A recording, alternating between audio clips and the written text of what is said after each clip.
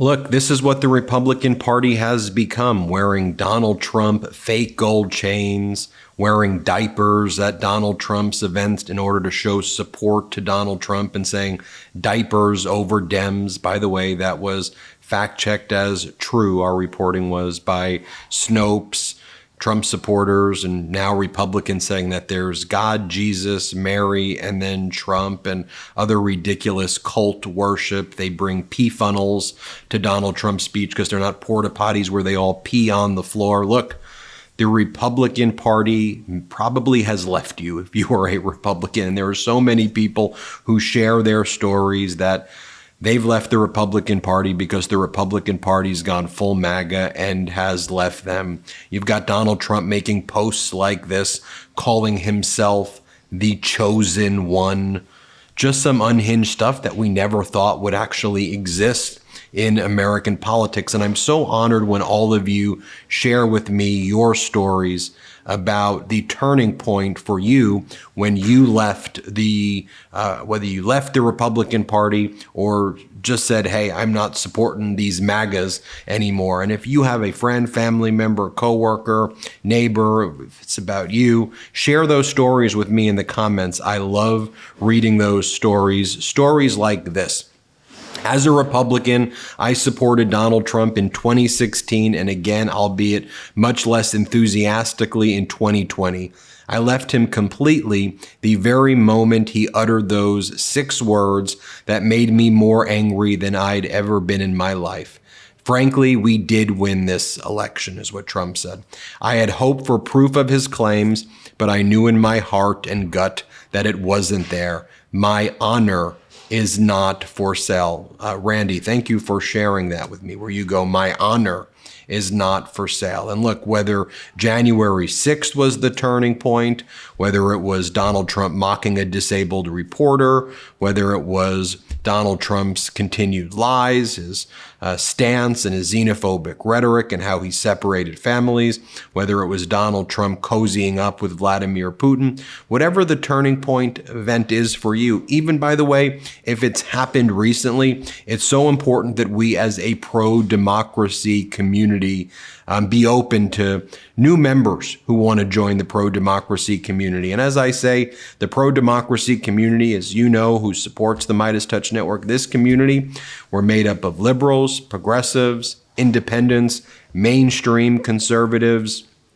It is a broad range of people here, and fundamentally, we are sick and tired of this MAGA movement. We are sick and tired of the lies. We are sick and tired of the gaslighting.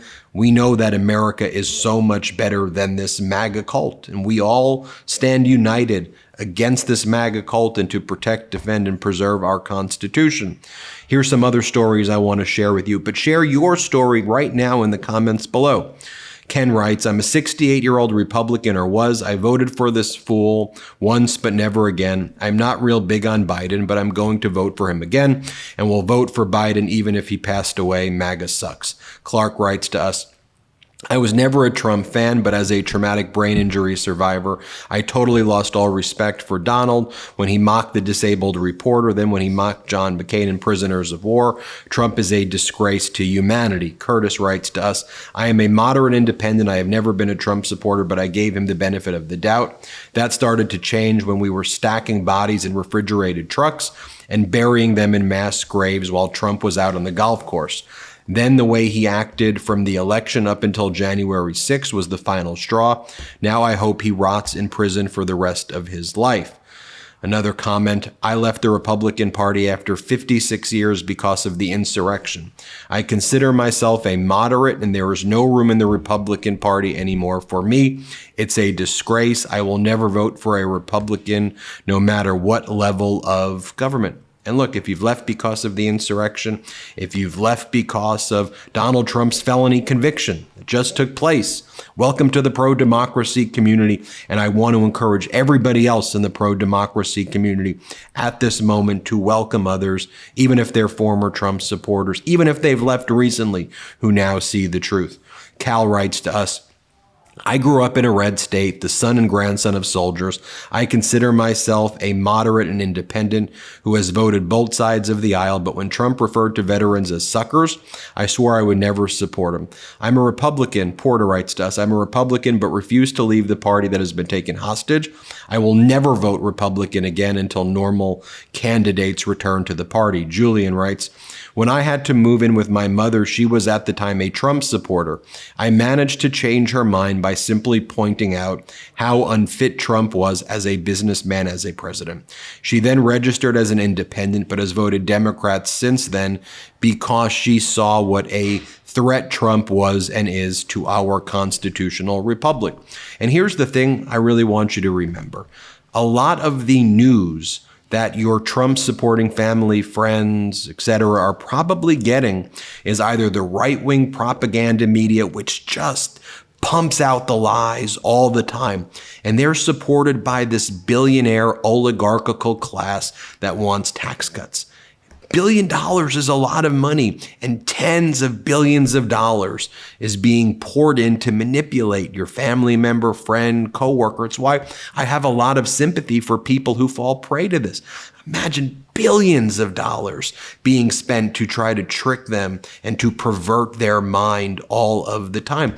Then corporate media is still owned by billionaires and billionaire shareholders who want a return on investment, but also want lower tax cuts and want all of that. So they're pushing the Trumpy narratives also all of the time. So there's not really a lot of media out there other than the MeidasTouch network and a few others out there that are consistently just showing you, here's the truth, here's what's going on, here's why this is made up, here's why this is the truth. Take a look at the court filings, right? So you have to, I think, go into the conversations with your family member, friend, coworker, knowing that billions of dollars are being spent to hook them on a lie about Trump. So you just got to show them the truth. I think you got to be sympathetic to what they're even going through, as hard as that is, and just share with them our videos, show them this stuff, and just let them know you're open to talk with them. I don't expect on any single conversation that you're going to turn them, but just let them know that the importance of compassion and sympathy and the truth. And those values, I think, will always prevail. P. Beck writes to us, I'm in my late 60s and left the Republican Party right after January 6th. I never voted for Trump as I knew he was sleazy, loudmouth crook. I'm pro-democracy.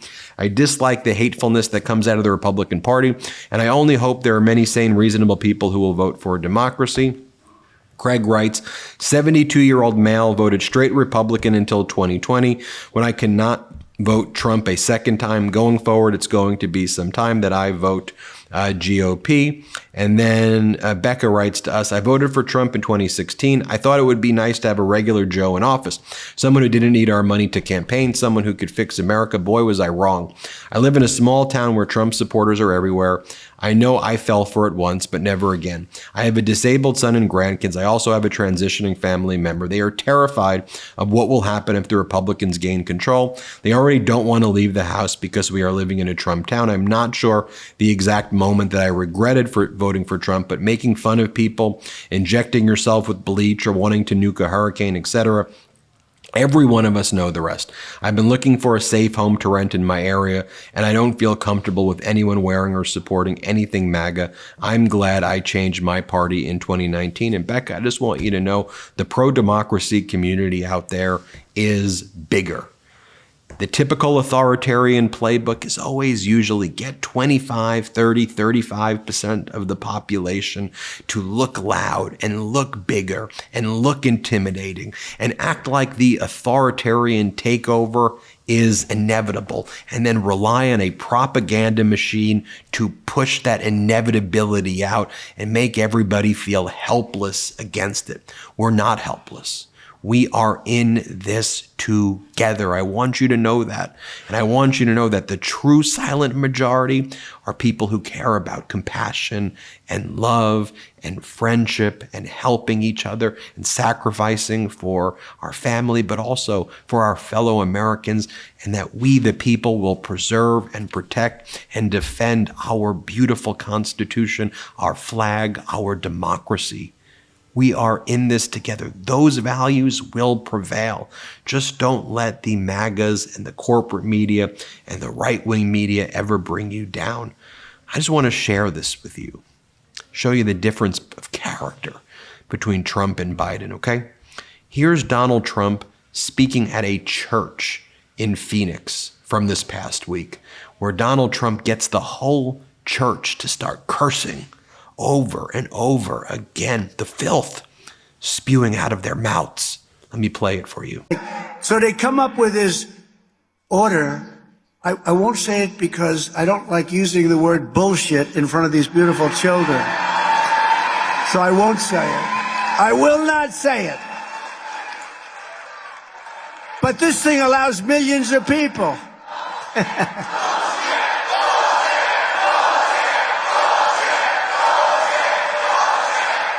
And by the way, that's what he does at most of his speeches. He travels around the country in these traveling fascist circus events that he calls rallies and gets this angry audience to curse and say hateful things over and over again. Here's a slurring Donald Trump referring to the Capitol by using curse words. Play this clip. He couldn't have been too impressed with our Capitol. It looks like shit. No, have you seen what they've done to us? And we're doing a federal takeover of our Capitol. And here's Donald Trump speaking at a right-wing convention where he also gets the crowd to curse and curse and curse. Play this clip. We want to run against Trump. We'll do anything to run against Trump. They have the greatest line of bullshit of any group of people I've ever seen. Want to run against Trump.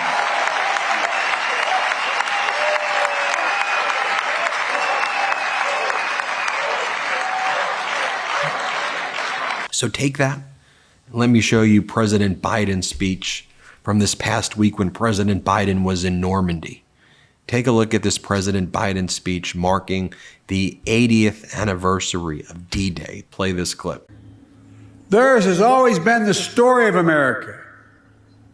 Just walk the rows of this cemetery as I have. Nearly 10,000 heroes buried side by side.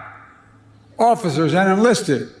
Immigrants and native-born, different races, different faiths, but all Americans, all serve with honor when America and the world needed them most. Millions back home did their part as well. From coast to coast, Americans found countless ways to pitch in.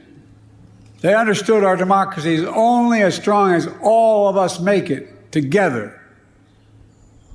The men who fought here became heroes, not because they were the strongest or toughest or most fiercest, although they were, but because they were given an audacious mission, knowing, every one of them knew, the probability of dying was real.